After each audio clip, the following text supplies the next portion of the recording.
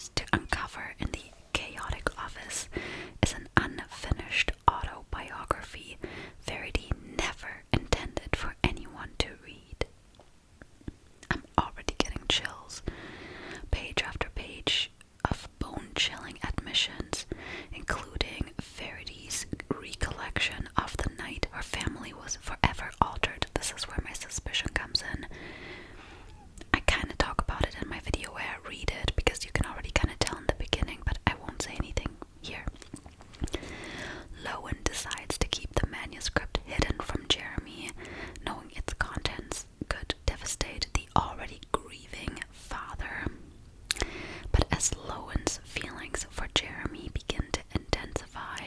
She recognizes all the ways she could benefit if he were to read his wife's words. After all, no matter how devoted Jeremy is to his injured wife, a truth this horrifying would make it impossible for him to continue loving her. Guys, I feel like the tea in this book is hot. I was kind of surprised when I received it that it's not that big. I think how many pages? I don't want to read the last page. Don't read the last page, Michelle. I think it has 321 pages, so I could probably read this in a day. Maybe I will. I should read it in a day and take you guys with me.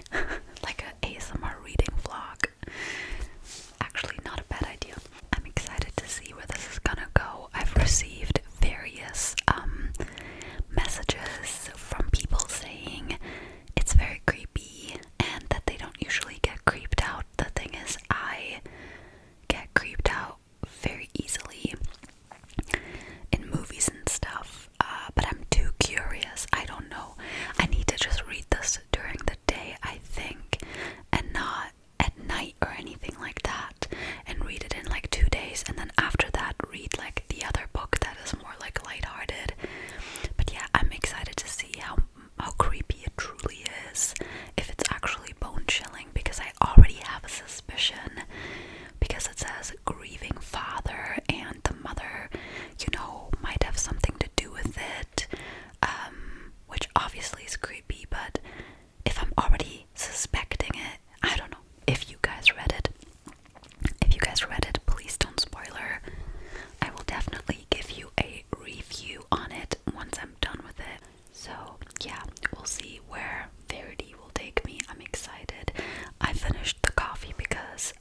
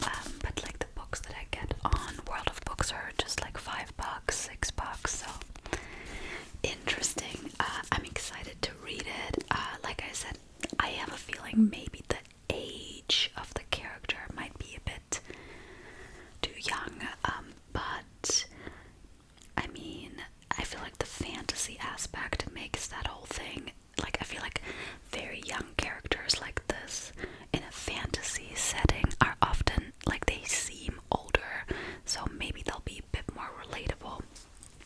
And it says bonus content included, so yeah, we will see how I'm gonna like it. Thank you for my friend for recommending it to me.